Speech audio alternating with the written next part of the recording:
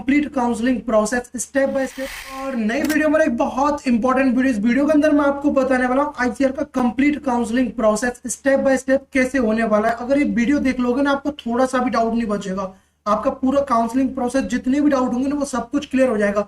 Sir choice filling कैसे करना है, पोर्टल पे कैसे करना होता है, कौन कौन से डॉक्यूमेंट चाहिए, क्या फॉर्मेट होना चाहिए, सब कुछ मैं इस वीडियो के अंदर बताने वाला हूँ। तो वीडियो देखने के बाद आप भी बोलोगे सर मजा आ गया, सब कुछ क्लियर हो गया। अगर वीडियो आपको अच्छा लगे तो वीडियो को लाइक करना, चैनल को सब्सक्राइब करके बने रहना, क्योंकि अभी तो ये आईसीआर का काउंसलिंग है, ठीक है। आईसीआर काउंसलिंग कंप्लीट होने के बाद में भी क्या होता है, जो आईसीआर की जो यूनिवर्सिटीज होती है उनके अंदर में क्या होता है, डायरेक्ट एडमिशन होता है, ठीक है ना। तो वो भी मैं आपको बताऊंगा। जहां पे भी स्पोर्ट राउंड का होगा तो वहां पे कुछ भी अपडेट मिस नहीं कर पाओगे। चैनल को सब्सक्राइब करके बने रहना। तो चलो फाइनली आपका हुआ क्या है, आपका रैंक कार्ड आपका रिलीज हो चुका है। सर रैंक कार्ड तो आ चुका है, अब चॉइस फिलिंग कब स्टार्ट होगी तो बताने वाला हूँ ना, सुन लो। तो चलो, ये आपका ऑफिशियल पोर्टल था जहां पे आपको अपना रैंक कार्ड देखने के लिए क्या करना था, आपको एप्लीकेंट लॉगिन वाले सेक्शन पे क्लिक करना था। और यहीं पे अभी देखो, अब आपका चॉइस फिलिंग कब स्टार्ट होगा तो मैं आपको बताऊं। तो अभी तो आपका जो चॉइस फिलिंग है, ठीक ना, मुझे जो लग रहा है आपका 15 सितंबर से 17 सितंबर के बीच में, मतलब कल से, या तो मे भी कल आ जाए, यानी तो 17 सितंबर, क्योंकि यार आईसीआर का कोई भरोसा नहीं, कब भी निकाल सकता है। तो मैक्सिमम चांसेस 17 सितंबर तक तो रिलीज कर देना चाहिए, 2 से 3 दिन का टाइम। अब देखो कब करता है वो आएगा तब मैं आपको बता दूंगा, ठीक है ना। तो देखो जैसे ही आपको अपना एप्लीकेशन लॉगिन करते हो तो आपने ये देखते हो, इसको अपना एप्लीकेशन नंबर पासवर्ड ये सब पुट करते हो। पुट करने के बाद आपको ऐसे प्रिंट रैंक कार्ड करने का आपको ऑप्शन दिखने लग जाता है। और आपने अपना रैंक कार्ड को देख भी लिया होगा कि सर ये हमारा रैंक कार्ड था। यहाँ पे आपको 2-3 चीजें, पहला डाउट तो आपके दिमाग में ये चल रहा था, वो भी बताओ सर ये एडमिशन किस रैंक के बेसिस मिलता है। तो सुन लो मेरे भाई, जो आपको एडमिशन मिलता है वो ऑल इंडिया रैंक के बेसिस पे, मतलब आपका जो देखो ये ओवरऑल रैंक है ना, जो ओवरऑल रैंक है, ओवरऑल रैंक के बेसिस पे आपको एडमिशन मिलेगा। सर फिर कैटेगरी रैंक का क्या बेनिफिट हुआ यार, सुनो।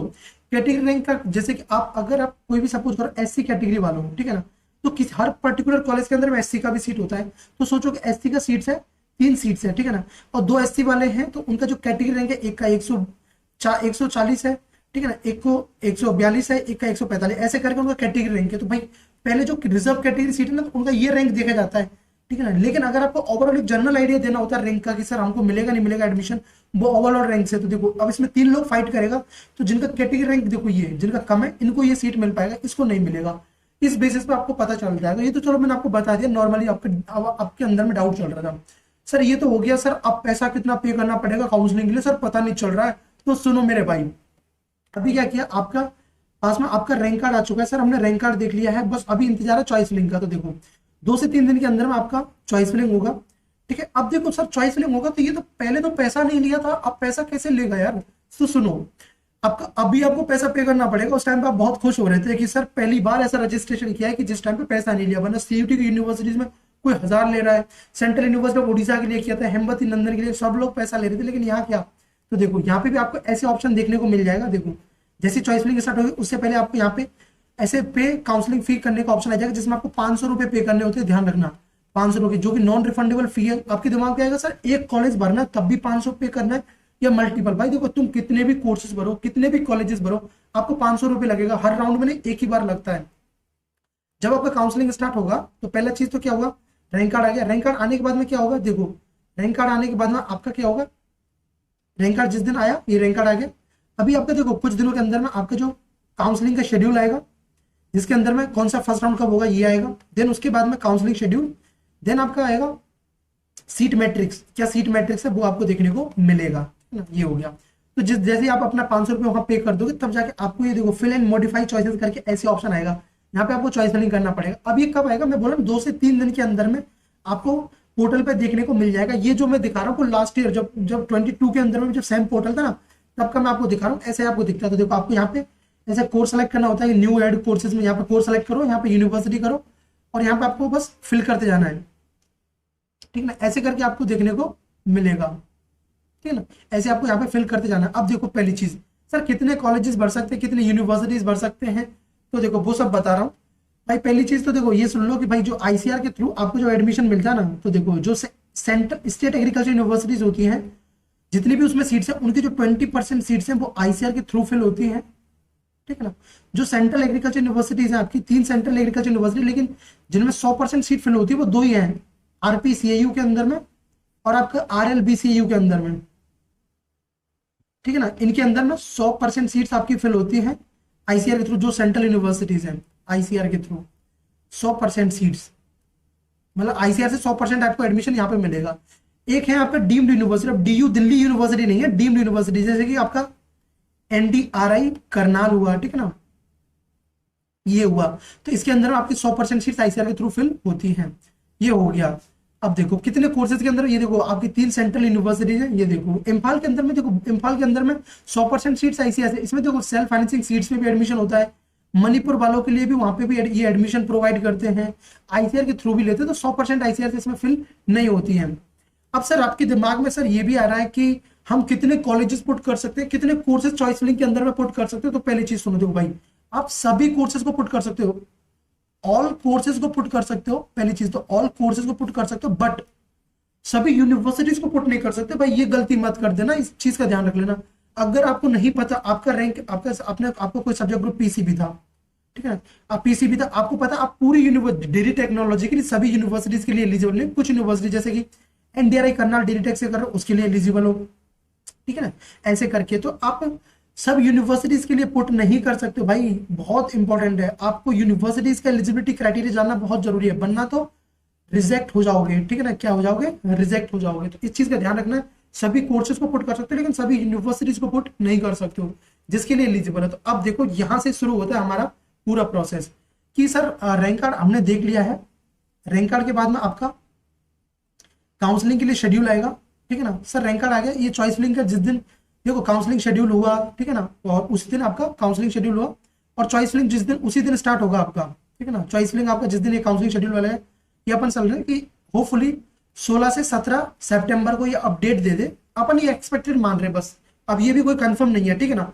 कि इसलिए दिन आई जाएगा, अब आईसीआर पे डिपेंड करेगा वो कब देगा, कि इतने तक आपका ये चॉइस फिलिंग आएगा, ठीक है ना, जिस दिन चॉइस फिलिंग आएगा आपको 2 से 3 दिन का टाइम मिलेगा चॉइस फिल करने का, वो आपको फिल करना है, ठीक है ना। जैसे देखो यहाँ पर आपको रैंक कार्ड मिला, आपको काउंसलिंग शेड्यूल आएगा, उस दिन आपको 500 रुपये पे करोगे, तब जाके आपको ऑप्शन आएगा, ठीक है ना। ये चीज आपने देखा ना कि पहले आपने एनटी के लिए सीयूटी का आपने सीयूटी का एग्जामिनेशन दिया था, सर दे दिया, बहुत वेट करा के सीयूटी का स्कोर कार्ड भी आ गया, अब तो रैंक कार्ड भी आ गया सर रजिस्ट्रेशन करने के बाद में, तो आप देखो 500 रुपये पे करके फिर आपको सीट मैट्रिक्स और चॉइस फिलिंग करना है। अब देखो आपके सबसे बड़े डाउट यहाँ पे है कि सर कितने कॉलेजेस पुट कर सकते हैं, कितनी यूनिवर्सिटीज पुट कर सकते हैं, तो मेरी बात सुनो भाई, आईसीआर के अंदर में कितने भी कॉलेजेस पुट कर सकते हो, कोई लिमिट नहीं है कि आपको 20 कॉलेज पुट करने, 30 करने, कितने भी कर सकते हो भाई, बस बस बस। देखो आईसीआर काउंसलिंग के बारे में एक चीज बताता हूं मैं, ये जो आईसीआर का जो काउंसलिंग है ना, देखो आईसीआर का काउंसलिंग आपका ये होता है नॉर्मली, देखो 1 से 4 राउंड तक, मतलब फर्स्ट राउंड,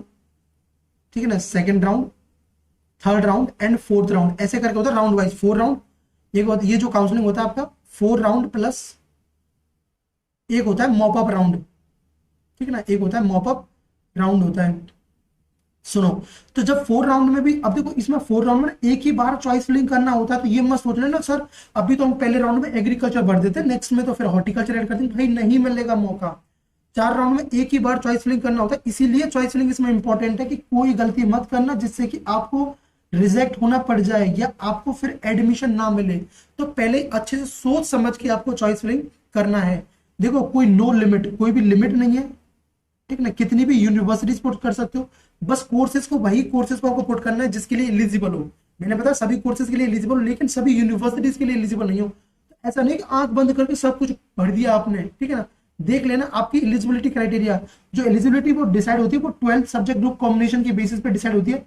12th के अंदर में आपका क्या सब्जेक्ट ग्रुप कॉम्बिनेशन था 12th के अंदर, उसके बेसिस पे आपका डिसाइड होता है, ठीक है ना। तो 1 से 4 राउंड के बाद में आपने फर्स्ट टाइम पे आपको चॉइस फिलिंग करना होता है, फर्स्ट राउंड के टाइम पे आपको चॉइस फिलिंग करना होता है। सर सेकंड राउंड में कैसे होगा, अगर फर्स्ट राउंड में नहीं मिला तो क्या होगा, भाई फर्स्ट राउंड में नहीं मिलता ना तो फिर सेकंड राउंड के टाइम पे ऑटोमेटिकली अलॉटमेंट आता है, ठीक है ना, मिला नहीं मिला तो फिर थर्ड राउंड के लिए वेट करो, ये करो, ठीक है ना। तो ये आपका 4 राउंड प्लस मॉपअप राउंड में होता है। 500 रुपये आपको बस एक ही बार पे करना होता है। सर 10,000 रुपये कब पे करना पड़ेगा, तो सुनो, उससे पहले आगे बढ़ने से पहले अगर आपको चॉइस फिलिंग के बारे में कोई आइडिया नहीं है तो भाई आप मेरा काउंसलिंग मेंटरशिप प्रोग्राम ज्वाइन कर सकते हो, जिसके अंदर में जो मैं आपको चॉइस फिलिंग लिस्ट प्रोवाइड करूंगा, आपको बस उसको फॉलो करना है, उसमें जो यूनिवर्सिटीज दूंगा उसके अलावा कुछ नहीं पुट करना है, बस उतना पुट करोगे तो आपको एडमिशन मिल जाएगा, ना तो कहीं रिजेक्ट हो पाओगे, ना एज का कोई फैक्टर वगैरह कुछ नहीं आएगा। तो ज्वाइन करने के लिए आपको क्या करना है, जो यहाँ पे जो स्कैनर दिख रहा है इसको आपको स्कैन करना है, स्कैन करने के बाद में आपको पे करना है। लास्ट तक गाइड करूंगा। आईसीआर काउंसलिंग के लिए तो मैं आपको गाइड करूंगा, जहां पे आगे भी जब आपका काउंसलिंग होगा, अगर आईसीआर में भी नहीं मिला एडमिशन कम मार्क्स से आपको, तो भाई मॉप अप राउंड के अंदर में भी हेल्प करूंगा, ठीक है ना, स्पोर्ट राउंड के अंदर में हेल्प करूंगा, डायरेक्ट एडमिशन जहां पे भी होगा सबके अंदर में आपको सिंगल इस काउंसलिंग के अंदर में आपको हेल्प करने वाला हूँ, ठीक है ना। रेफरेंस शीट प्रोवाइड करूंगा कि आपको ये कॉलेजेस रखना चाहिए, ये आपको रखना चाहिए, जिससे कि आपको अपग्रेड भी करोगे तो अच्छा कॉलेज मिलेगा, ठीक है ना। तो इसको आपको ज्वाइन कर लेना है। इसके अंदर complete counselling process, preference sheet, ये सब मैं आपको प्रोवाइड करने वाला हूँ। इस नंबर पे आपको व्हाट्सअप करके आपको कांटेक्ट कर लेना है, सर मुझे पेड काउंसलिंग ज्वाइन करनी है। बाकी मैं आपको डिस्क्रिप्शन बॉक्स नहीं तो आपका जो कमेंट सेक्शन है उसके अंदर में मैं लिंक दे दूंगा, डायरेक्टली उससे जाके चले जाना। ये देखो लास्ट ईयर के हमारे काउंसलिंग के रिव्यूज थे, देखो आप देख सकते हो हर डिफरेंट एग्रीकल्चर यूनिवर्सिटीज के अंदर में स्टूडेंट को पहुंचाया है। आपको भी बस बताऊं वैसे फॉलो कर लेना, नहीं सर हम आप जैसे बताओगे वैसे फॉलो करेंगे, आपको भी मिल जाएगा, ठीक है। तो क्या हुआ कि सर हमने तो रैंक कार्ड आया हमारा, रैंक कार्ड आने के बाद में हमने 500 रुपये पे किए, सर हमने चॉइस फिलिंग भी कर दिया, आपने जो हमको प्रेफरेंस लिस्ट दिया हमने तो उसको फिल कर दिया, ठीक है ना, चॉइस फिलिंग भी कर दिया। चॉइस फिलिंग के बाद में क्या होता है, सुनो, सीट अलॉटमेंट आता है।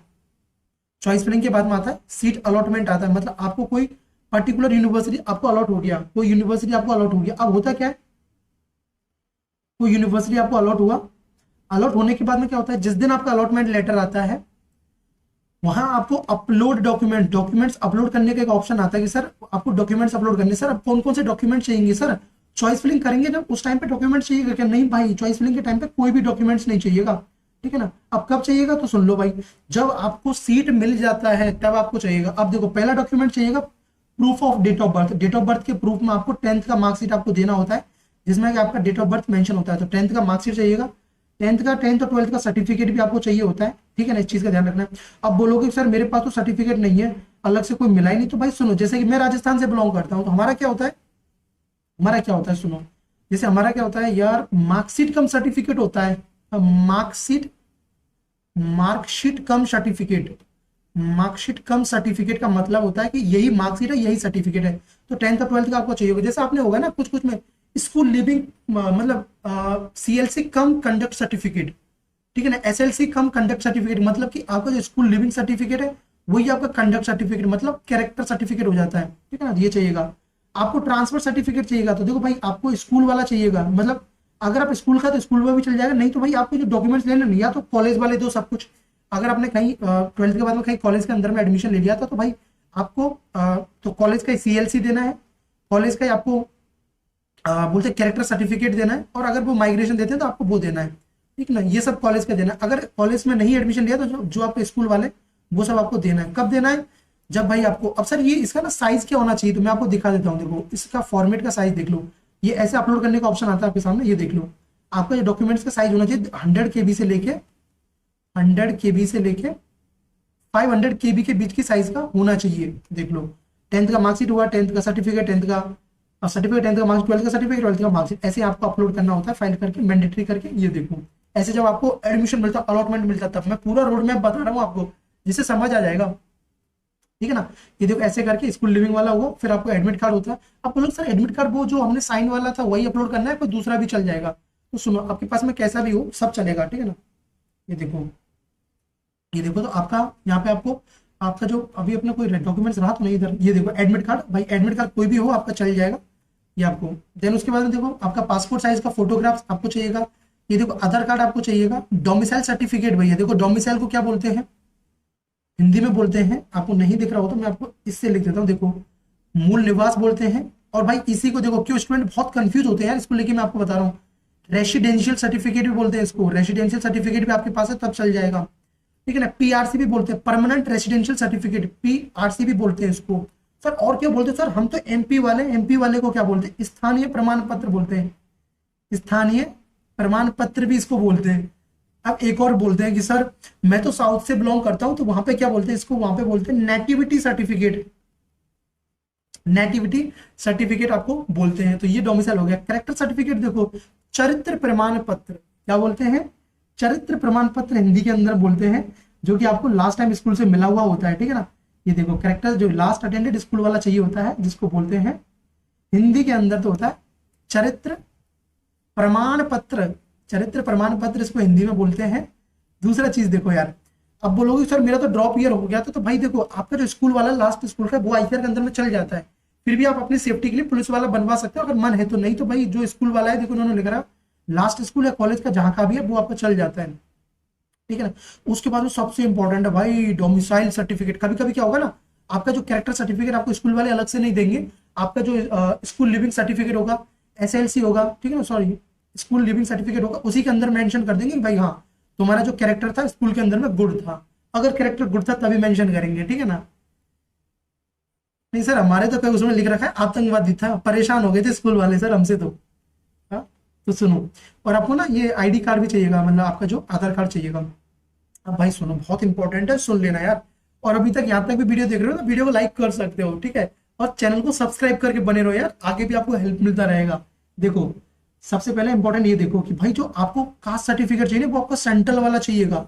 अब इसमें भी सर सोलोगे सर हमारा ईडब्ल्यूएस है, तो भाई देखो ईडब्ल्यूएस आपका 1 अप्रैल 2025 के बाद का बना होना चाहिए तभी वैलिड होगा।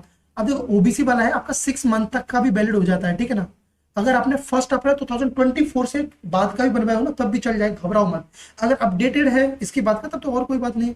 एससी एसटी का भाई कोई भी हो बट होना चाहिए सेंट्रल वाला, सेंट्रल वाला सर्टिफिकेट होना चाहिए। और देखो आपको कोई मेडिकल वगैरह अभी बनवाने का जरूरत नहीं है, जब कॉलेज वाले बोले तभी। अब बोलोगे सर गैप सर्टिफिकेट का तो बताया नहीं, भाई देखो सब यूनिवर्सिटीज गैप सर्टिफिकेट नहीं मांगती है, तो ये 30 मिनट का काम होता है, कोर्ट में जाके बन जाता है।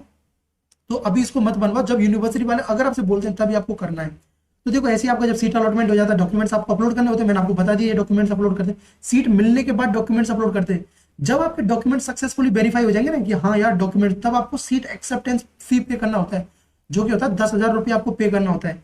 जैसे 10,000 रुपये पे करोगे ना, 10,000 रुपये पे करने के बाद ना आपके पास में 2 ऑप्शन आते हैं, 2 ऑप्शन आते हैं सीट 10,000 रुपये पे करने के बाद, या तो सीट को आप फ्रीज करो, ठीक है ना, या सीट को क्या करो एक्सेप्ट करो। लेकिन आप बोलोगे सर यार हमको थोड़ा सर अपग्रेडेशन प्रोसेस के बारे में भी बता दीजिए, बहुत बड़ी मेहरबानी होगी, नहीं पता है तो सुन लो यार, छोटी सी जगह पे मैं आपको अपग्रेडेशन बारे में बता देता हूँ। देखो यहाँ पे बताता हूँ, देखो आपको 10,000 रुपीज आपको पे करना होता है, जो कि ऑफिशियली मैंने बताया नॉन रिफंडेबल होता है, ठीक है ना, नॉन रिफंडेबल होता है। अगर आप एडमिशन शीट को एक्सेप्ट कर लेते हो तो रिफंड नहीं होगा, अगर एडमिशन नहीं लोगे तो आपको इसमें से 1,000 कट के 9,000 रुपये आपका रिफंड हो जाता है, जो कि लास्ट ईयर वाले स्टूडेंट का भी रिफंड नहीं हुआ है।